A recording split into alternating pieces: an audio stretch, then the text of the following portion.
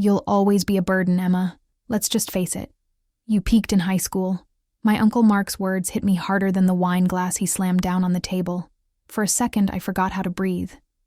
I looked around the dinner table, searching for one kind face. There wasn't one. Hey, before we continue, don't forget to like, subscribe, and share if you've ever been underestimated. This story is going to hit deep. Everyone laughed. My Aunt Susan smirked like she'd been waiting for this moment. My cousin Rachel raised her phone, pretending to take a selfie but clearly recording me. I clenched my jaw. I wasn't going to cry. Not again. I'd done that for too many years. Dad cleared his throat. Emma, maybe it's time you looked for something more stable. This whole freelancing or whatever it is, it's just not working. You're not a kid anymore. I wanted to scream. They didn't know. None of them did. And I'd made sure of it. Because for the past 3 years, I had worked in silence. 14-hour days, no weekends, no breaks. Building something. Coding through migraines. Skipping dinners like this. Sacrificing everything for something I believed in. But I never posted about it. Never shared updates. Not even when my first software hit 6 figures. Or when it crossed 1 million. I didn't need their validation. I needed my revenge. Emma, Rachel giggled. How's the internet thing going? Still designing little logos for dog groomers? The entire table burst out laughing. My hand trembled around my fork, but I forced a smile. I'm doing okay, I said softly. That's when my dad's phone rang. He frowned when he saw the caller ID. Excuse me, he muttered, walking into the hallway. The room was still echoing with laughter when he came back, face pale, mouth slightly open. Emma, he said slowly. My boss wants to speak. To you. The room fell dead silent. Me? I asked, blinking. He walked over, still holding the phone toward me like it was on fire. He called you ma'am. Suddenly, every single eye at the table turned toward me.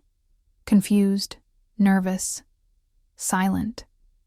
I stood up and reached for the phone, and right before I answered, I looked around and said, I guess you all forgot. I'm the one who built the software your company runs on. The moment I said those words, it was like someone had slapped the entire table into silence. Aunt Susan dropped her fork. Rachel's jaw actually fell open. Uncle Mark looked like he'd swallowed a cactus. I pressed the phone to my ear. Ms. Emerson? The deep voice on the other end asked. Yes, this is Emma. I'm sorry to interrupt your evening, ma'am. I had no idea you were that Emma. Your latest update just increased our system efficiency by 43%. I've been trying to get a meeting with you for weeks. Rachel's eyes were practically burning a hole through my skull. Thank you, I said, calmly, walking out of the room. I can make time this week. Let's schedule something. When I returned, the table was still frozen in disbelief. My dad cleared his throat again, this time quieter. Emma, wait, your software? You built? The entire back end of my company's new system? Yes, I said, slowly taking my seat again. And I also own 40% of the platform your company just signed a 3-year contract with. Rachel choked on her water. Uncle Mark dropped his napkin like it was a landmine. I wasn't done. For the record, I added, looking at all of them. One by one, that internet thing paid for the entire restaurant's renovations you were just praising. The ones you said had such a rich design style. Yeah, that was me too. Aunt Susan suddenly remembered her drink. You're lying, Rachel said weakly, voice shaking. I turned to her, unlocking my phone and opening the press article from Forbes. Mysterious tech genius EE. Behind billion-dollar back-end revolution revealed as 27-year-old woman from Ohio. I slid the phone across the table, her face drained. You're EE? Emma Emerson. I smiled. Just then, Dad's phone buzzed again. A text. His hands trembled as he read it. What is it? I asked, pretending not to know. He looked up slowly. My boss just asked me to treat you with the respect a partner deserves. He said any rudeness toward you reflects on him. Everyone turned pale. And if I don't? Dad whispered. Then he said the contract might dissolve. I leaned back. I wasn't angry anymore. I was just tired. Emma? Aunt Susan's tone was now softer. Why didn't you tell us any of this? I gave a bitter laugh. You wouldn't have believed me if I did. You liked thinking I was nothing. It made you feel better about your own lives. No one said a word, but I wasn't finished. Oh, and Rachel. I turned to her one last time. That influencer brand you've been trying to pitch to for months? I own 51% of it. Your emails go straight to my trash folder. Her eyes welled, up with tears. That's when my phone lit up with another call. Blocked number, I answered. The voice on the line made my stomach twist, but not from fear. From rage. Emma, the voice said. I froze. It was Jake, my ex, the same one who left me when I was broke, the same one who cheated with Rachel, and now he was calling me. I stepped outside, gripping the phone so hard my knuckles went white. You called at the worst possible time, I said. He laughed nervously. I just saw the article. Emma, listen. I made a mistake. I want to talk. Maybe we can start over. I took a deep breath. Then I said 6 words that made him go silent. I already bought your dad's house. For a few seconds, all I could hear was Jake's breathing. You. What? He finally stammered. I walked slowly down the driveway, the cold air clearing my head. Yeah. Bought it last month, through a holding company. It was getting foreclosed. Your dad didn't even know the buyer was me.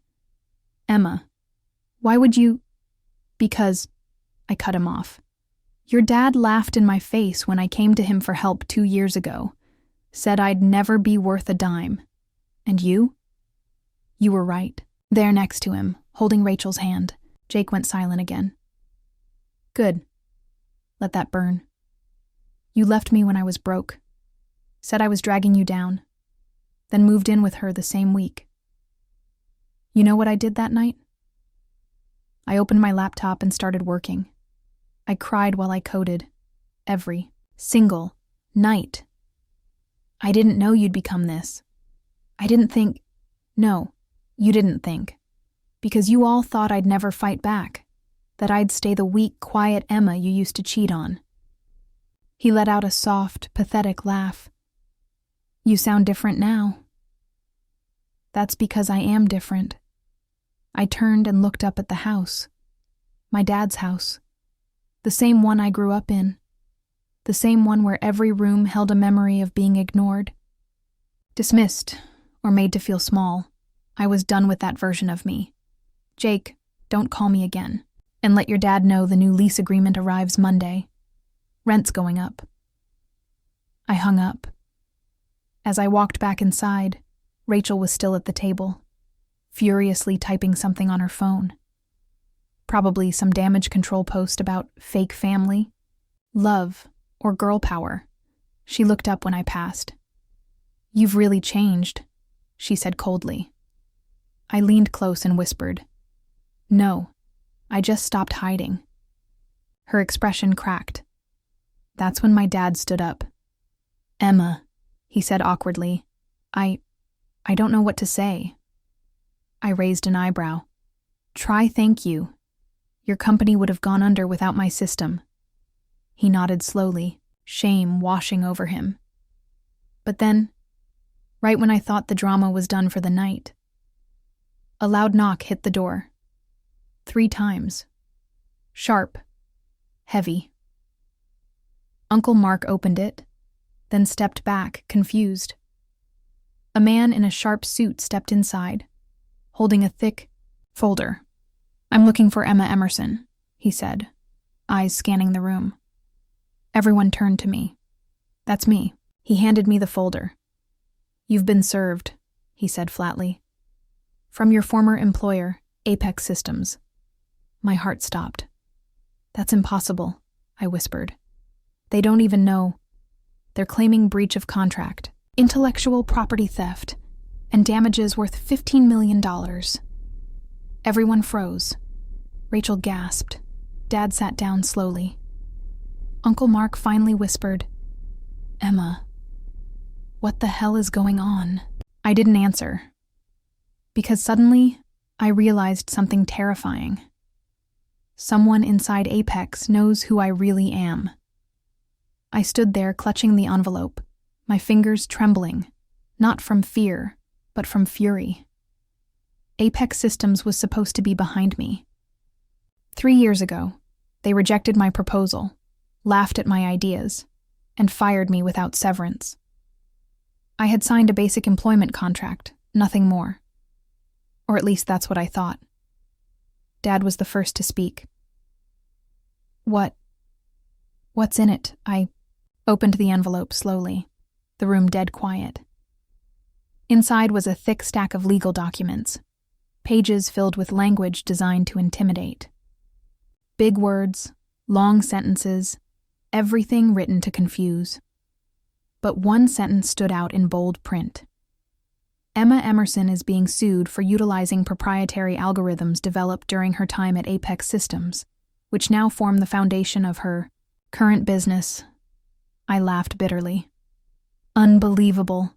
They want to punish me for succeeding where they failed. Uncle Mark snorted, clearly trying to regain some control. Well, maybe you did steal something. Maybe you owe them. I turned to him slowly. You mean the code I created alone in my spare time? The one they said was too ambitious and not realistic? The same one they locked me out of before I even launched it? Yeah, that one's mine. He went quiet. Aunt Susan whispered, Can they really sue you? Anyone can sue anyone, I muttered. But they're bluffing.